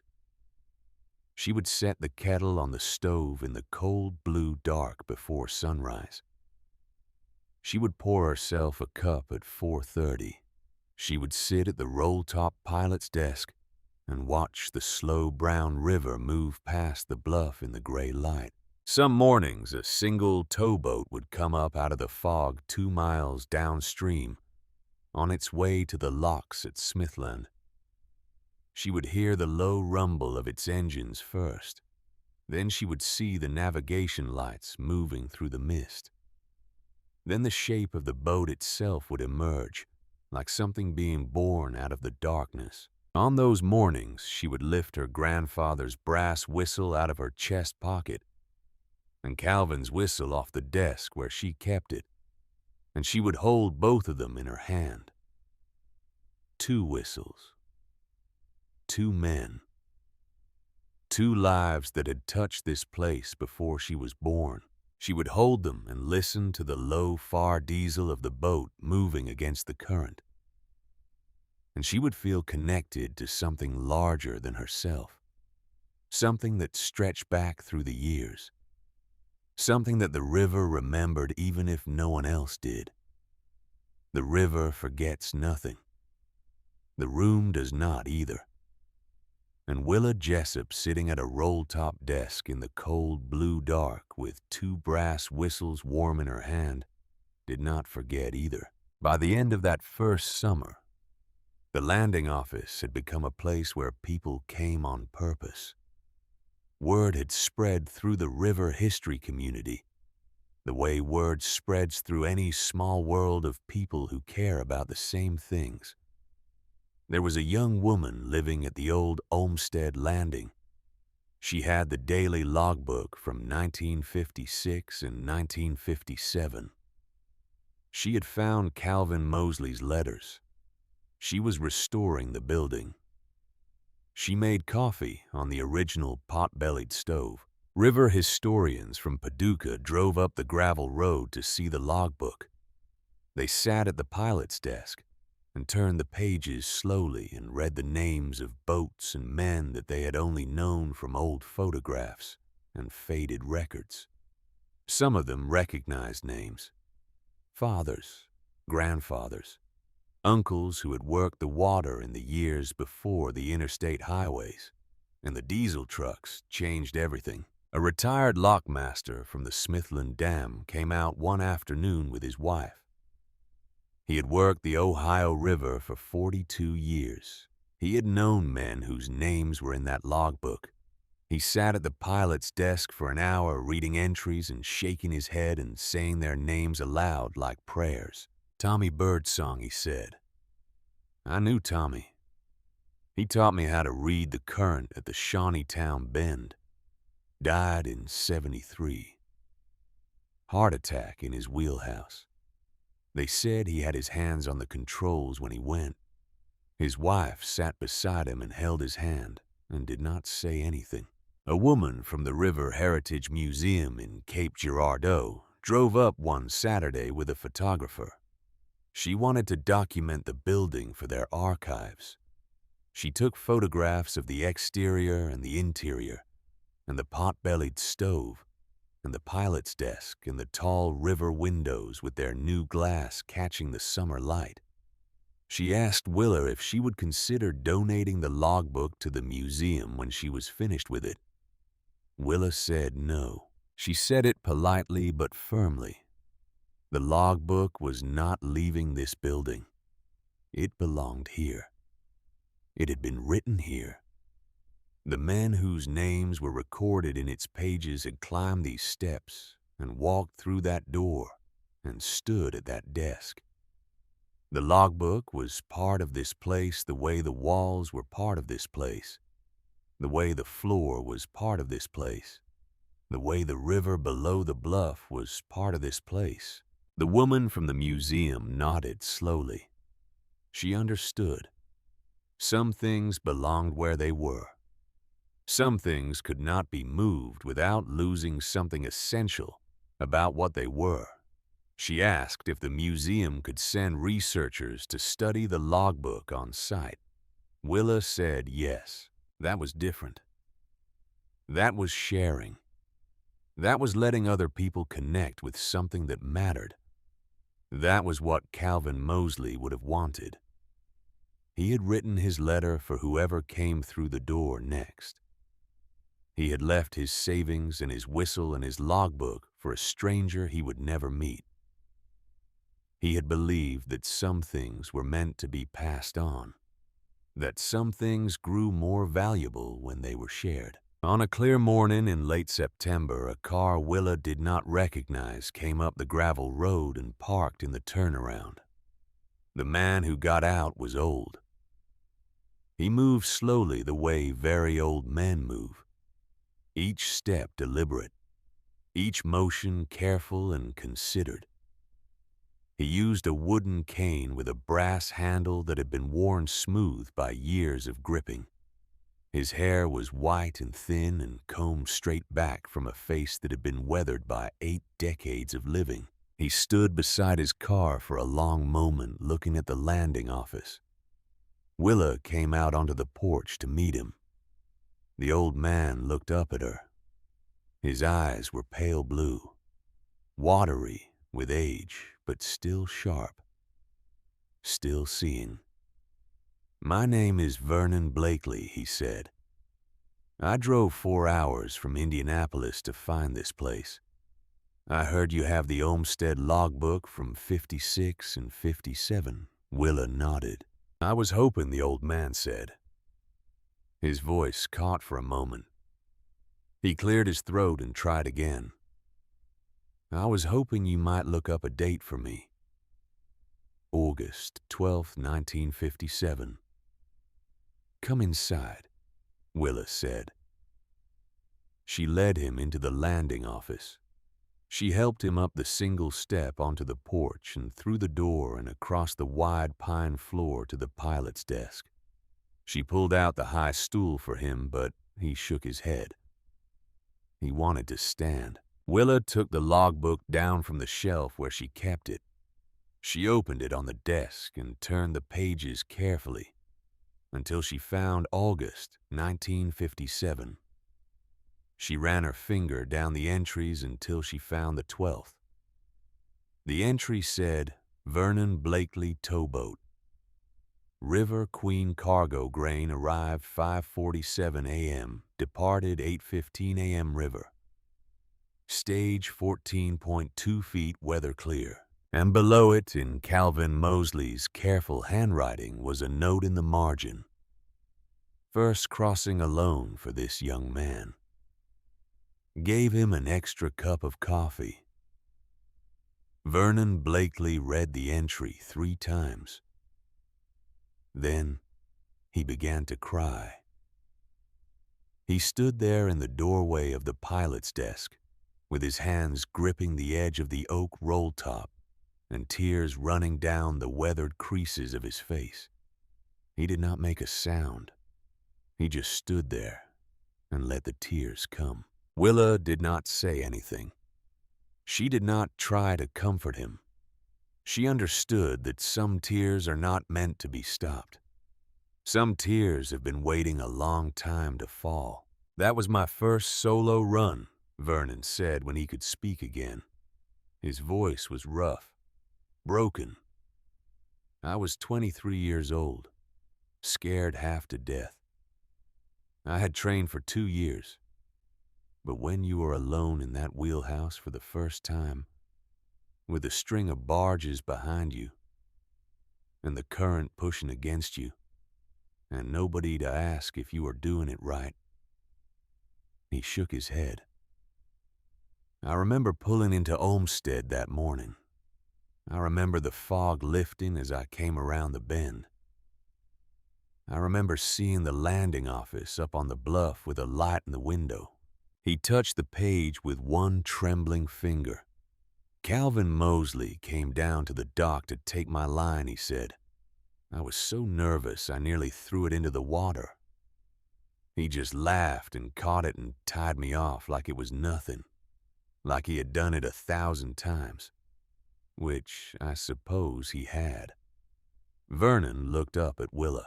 He brought me up here to this office, he said, sat me down at this desk, poured me a cup of coffee from that stove over there. He said to me, Vernon paused. His voice broke again. He said to me that every pilot who ever worked the river had a first solo run. He said the fear never goes away completely. You just learn to work with it. You learn to let it make you careful, instead of letting it make you freeze. Vernon shook his head slowly. I never forgot that he said. 40 years I worked the river after that morning. 40 years I stood in wheelhouses and pushed barges through locks and crossings and bends that would scare the paint off a younger man. And every time I felt that fear start to rise up in me, I remembered what Calvin Mosley told me in this office on August 12th, 1957. He looked around the room, at the faded green wainscoting, at the tall river windows, at the pot-bellied stove in the corner. I thought this place was gone, he said. I thought they tore it down years ago. When I heard someone was living here, when I heard about the logbook. He shook his head. I had to come. I had to see it one more time before I die. Willa made him coffee on the pot-bellied stove. She used the same kettle that Calvin Mosley had used. She poured the water into the same kind of enamel pot. She set it on the same iron plate that had held coffee pots for 26 years. She brought Vernon Blakely a cup, and he held it in both hands and breathed in the steam and closed his eyes. They sat together at the pilot's desk for 2 hours. Vernon told her stories about the river, about the men he had worked with, about the boats he had piloted, about the storms and the floods and the low-water years when the sandbars shifted and you had to relearn every crossing you thought you knew. He told her about his wife who had waited for him at home for 40 years, who had raised their children while he was on the water, who had understood that the river was in his blood and that he could not be happy away from it. She passed 3 years ago, Vernon said. Lung cancer. She never smoked a day in her life. Sometimes the river is not the only thing that takes people before their time. He told her about his children and his grandchildren and his great-grandchildren, about the family reunions where he was the oldest one there, and everyone wanted to hear his stories about the old days on the river. They think I am making it up, he said. They think I am exaggerating. They did not grow up with the river the way we did. They do not understand what it was like. The fog at 4 a.m, the sound of the engines in the dark, the way the water looked when the sun came up over the far bank and turned everything gold. He looked at Willa. But you understand, he said. I can see it in your eyes. You have the river in you. The same way I do. The same way Calvin Mosley did. The same way your grandfather Harlan did. How do you know about my grandfather? Willa asked. Vernon smiled. It was a tired smile. The smile of a man who had lived long enough to see patterns that younger people could not see yet. I looked you up before I came, he said. Talked to some people. The river community is small. Everyone knows everyone or knows someone who knows them. When I heard that Harlan Jessup's granddaughter was living at the Olmsted Landing, he shook his head. It made sense. It made perfect sense. This is where you were supposed to end up. This is where the river wanted you to be. When Vernon Blakely left that afternoon, Willa walked him to his car. He moved even more slowly than he had when he arrived. The 2 hours of sitting and talking had stiffened his joints, but his eyes were brighter. His face was more peaceful. Thank you, he said. He did not say what he was thanking her for. He did not have to. Willa watched him drive away down the gravel road. She watched until the car disappeared around the bend and the sound of the engine faded into the trees. And there was nothing left but the silence and the river and the late afternoon light falling golden across the bluff. She went back inside and sat down at the pilot's desk and looked at the logbook still open to August 12th, 1957. First, crossing alone for this young man. Gave him an extra cup of coffee. Calvin Mosley had written those words 68 years ago.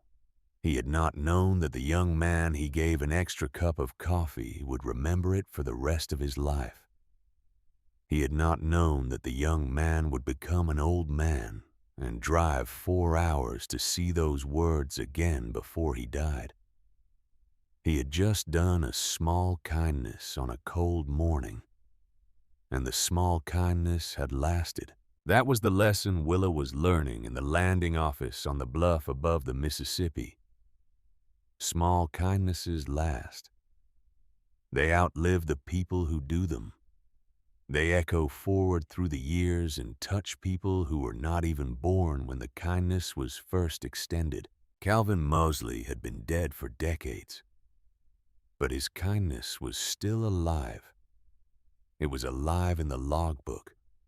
It was alive in the letter. It was alive in Vernon Blakely's memory. It was alive in the coffee that Willa made on the pot-bellied stove every morning at 4 o'clock. The river forgets nothing. The room does not either, and neither do the people who pass through. In March of Willa's second year at the landing office, an envelope arrived in her mailbox at the township office. The envelope had no return address. Willa opened it standing at the counter in Doreen Fitch's office, with the spring sunlight coming through the window behind her. Inside the envelope was a framed document. It was her grandfather's pilot's license from 1961, the certificate that Harlan Jessup had walked 7 blocks home from the federal building in Paducah to hang on the kitchen wall above the bread box. The certificate that had hung there for the rest of his life. On the back of the frame, in careful handwriting that Willa recognized, was a single line. He would have wanted you to have this. The handwriting was Aunt Coralie's.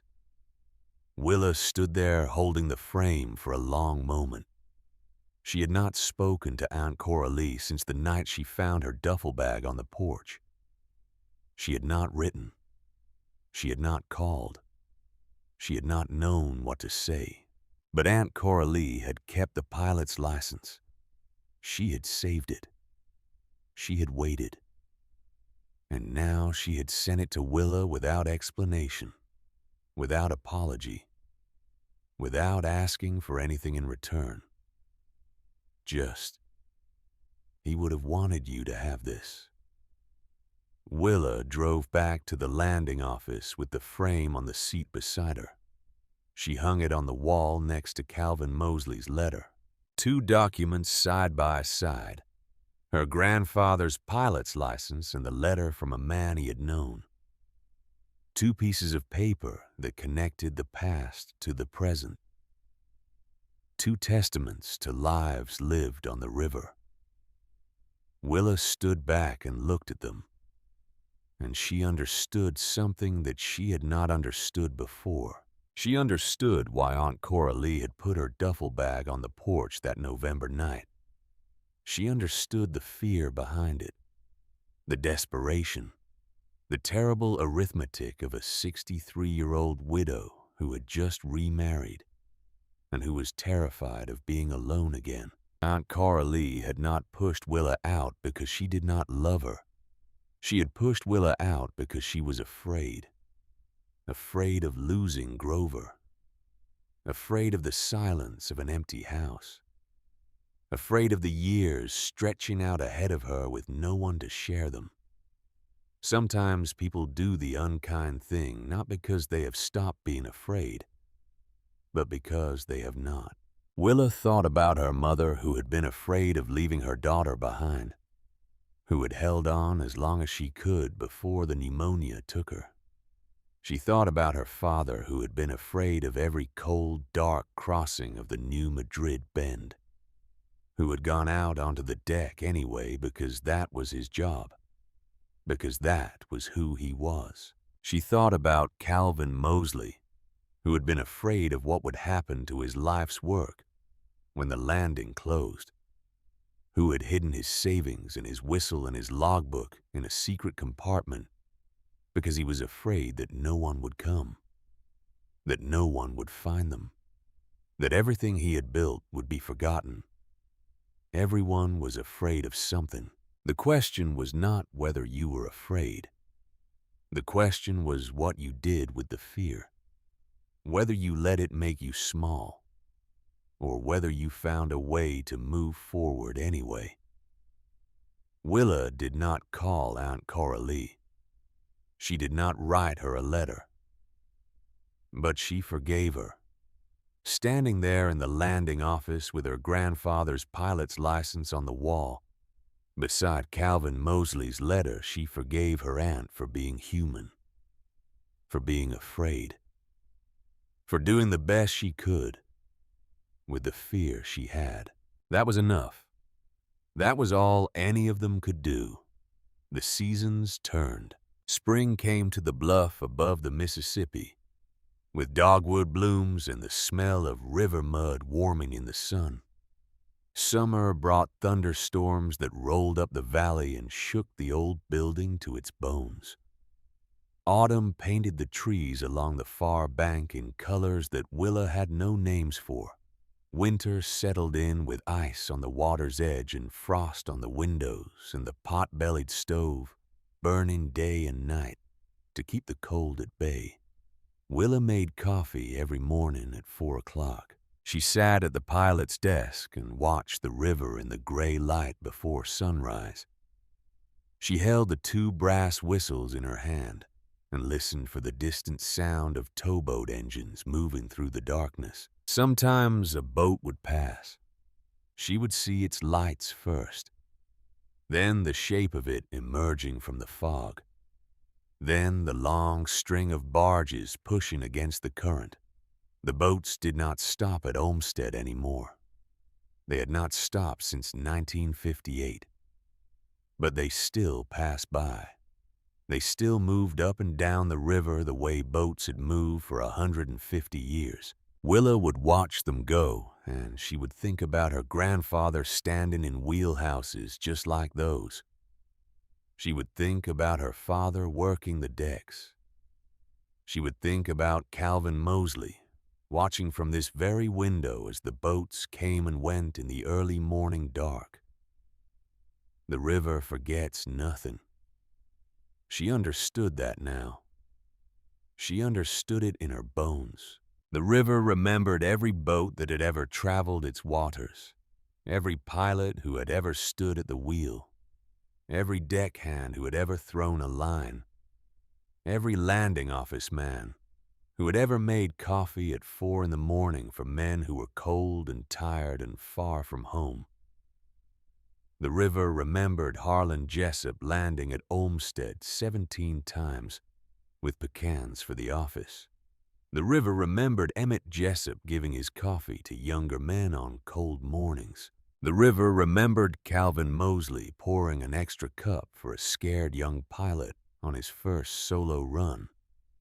And now the river would remember Willa Jessup, the girl who had bought a landing office for $1, the girl who had found a secret compartment that had not been opened in 65 years, the girl who had made coffee on the pot-bellied stove every morning at 4 o'clock, because a dead man had asked her to in a letter he wrote before she was born. She was part of the river now. She was part of its memory. One evening in late October of her second year at the landing office, Willa sat on the front step and watched the sunset over the Mississippi. The light was extraordinary.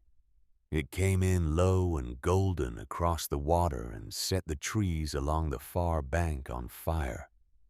The river itself seemed to glow, brown and gold and orange and red, the colors of autumn reflected in the slow-moving current.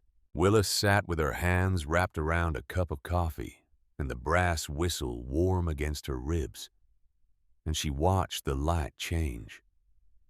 She thought about the people who had helped her get here. Pearl Dunaway, who had given her a place to sleep when she had nowhere else to go.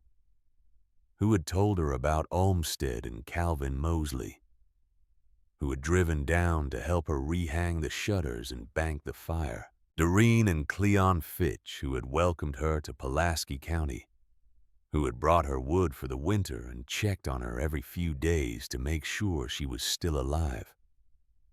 Otho Pruitt, who had taught her how to fix a roof, who had come back 3 Saturdays in a row and refused to take any money. Carver Neely, who had brought her a box of river things and told her stories about her father. Vernon Blakely, who had driven 4 hours to see his name in a logbook and who had cried in the doorway of the pilot's desk. And Aunt Coralie, who had brushed her hair at the kitchen table when she was 9 years old, who had made red-eye gravy on Sunday mornings, who had folded her clothes into a duffel bag with the careful creases of 40 years of housework, who had sent her grandfather's pilot's license without a word of explanation, because she knew that some things do not need to be explained. All of these people had given her something, not money, not things, something more valuable than money or things. They had given her the knowledge that she was not alone, that she was part of something larger than herself, that the river connected her to everyone who had ever worked it and loved it and been changed by it. That was what Calvin Mosley had been trying to tell her in his letter. A landing office is not just a building. A landing office is a room that remembers, a room that holds the memory of every boat that ever tied up to its dock, every pilot who ever climbed its steps, every cup of coffee ever poured, every small kindness ever extended. The room does not forget, and neither do the people who are touched by it. Willa looked out at the river. The sun had dropped below the tree line now, and the colors were fading from the water. The gold was becoming bronze. The bronze was becoming gray.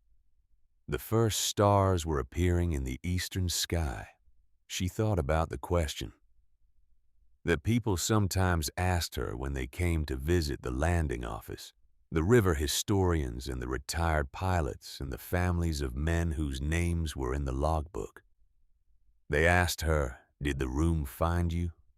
Or did you find the room?" For a long time, she had not known how to answer that question.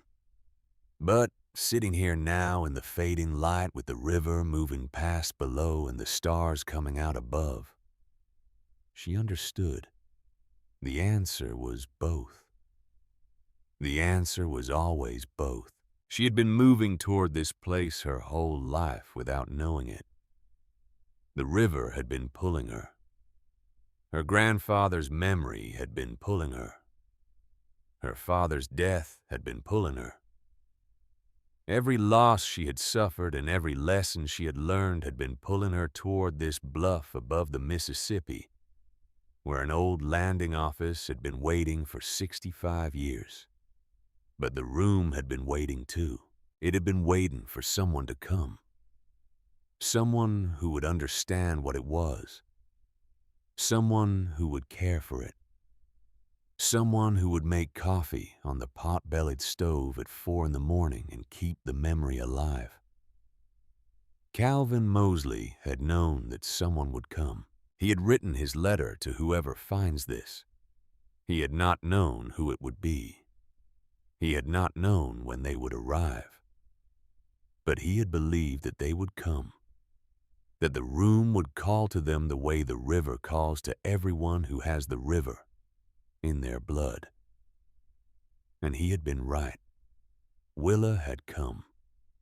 She had found the letter and the logbook and the whistle and the money. She had restored the building. She had welcomed the visitors. She had made the coffee. She had become the keeper of the room. And in becoming the keeper of the room, she had found something she had not known she was looking for. She had found a home. Not just a place to live. A home. The kind of place where you belong. The kind of place that belongs to you. The kind of place where your history and your present and your future all come together into something that makes sense. For some people, that place is where they were born. A family farm.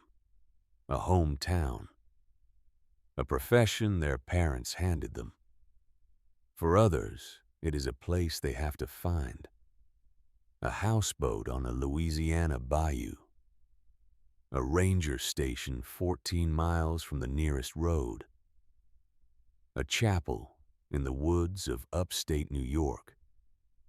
A post office in a dying town in Iowa.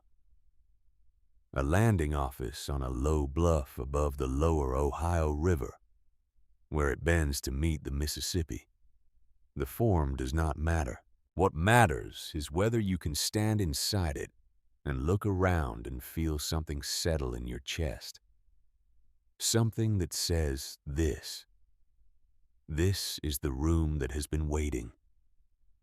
This is where I begin. Willa Jessup stood up from the front step of the landing office. The last light was gone from the river now. The water was dark. The stars were bright. The air was cold with the first hint of the winter that was coming. She went inside and closed the door behind her. She lit the kerosene lantern on the pilot's desk. She added wood to the pot-bellied stove. She sat down at the desk and opened the logbook to a random page and read the names of boats and men who had passed through this place decades before she was born. Tomorrow morning she would wake at 3:30. She would get dressed in the dark. She would walk to the front room. She would build up the fire in the stove and set the kettle on the iron plate. At 4 o'clock she would pour herself a cup of coffee. She would sit at the pilot's desk and watch the river in the gray light before sunrise. She would hold the 2 brass whistles in her hand. One that had belonged to her grandfather, Harlan Jessup. One that had belonged to Calvin Mosley. And she would wait for the boats. They would not stop. They had not stopped at Olmsted in 67 years. But they would pass by. They would move up and down the river in the darkness the way they had always moved. The way they would always move. And Willa would be there to see them. She would be there to remember, because that was her job now. That was what she had been called to do. To keep the room. To tend the memory. To make the coffee at 4 in the morning for men who would never come through the door, but whose spirits still moved on the water. The river forgets nothing. The room does not either. And Willa Jessup sitting at a roll-top desk with a kerosene lantern burning and a pot-bellied stove glowing. And 2 brass whistles pressed against her heart did not forget either. She was 22 years old now. She had been kicked out of her aunt's house with a duffel bag and $1 to her name. She had bought an old riverboat landing office on the Mississippi River bluffs of southern Illinois. It was the best dollar she ever spent. And this was just the beginning.